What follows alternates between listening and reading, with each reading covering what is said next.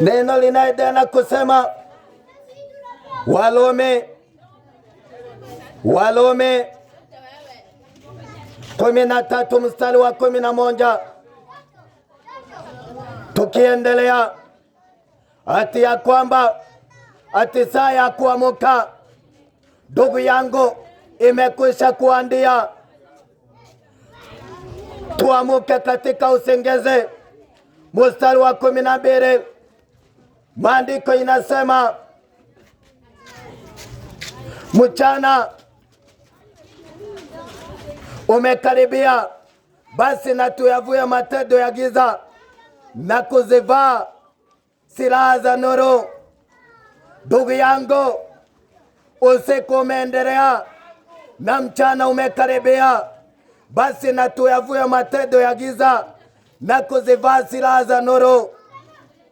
Kama ilivyohusika na mchana, na tuenende kwa adabu, sio kwa ulafi na kwa urevi, na sio kwa ufisadi na usherati, si kwa ugomvi na wivu, bali mvaeni Bwana Yesu Kristo, wala msiangalie mwili hata kuwasha tamaa zake.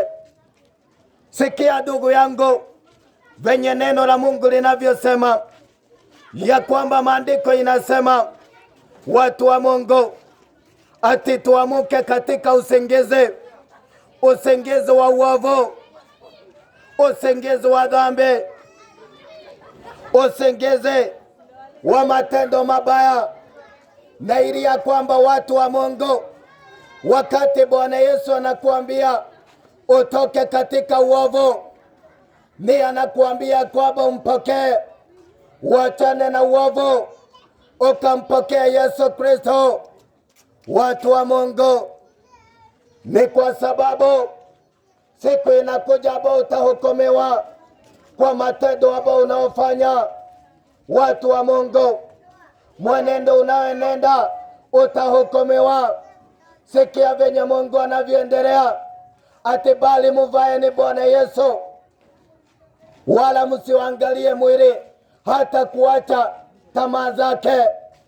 Ni wakati, watu wa Mungu, Bwana Yesu anatuambia kwamba tuachane na uovu, tutoke kwa urevi, tutoke kwa urafi, tutoke kwa mpango wa kando. Haleluya! Tutoke kwa wivu, tutoke kwa ugomvi, tukamvae Bwana Yesu.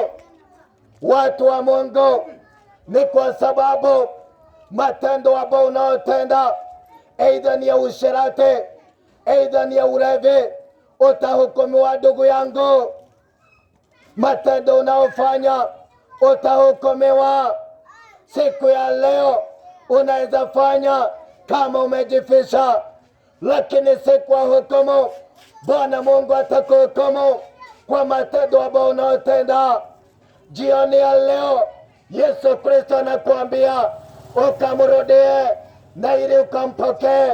Watu wa Mungu, haleluya, wachani tumpokee Yesu Kristo.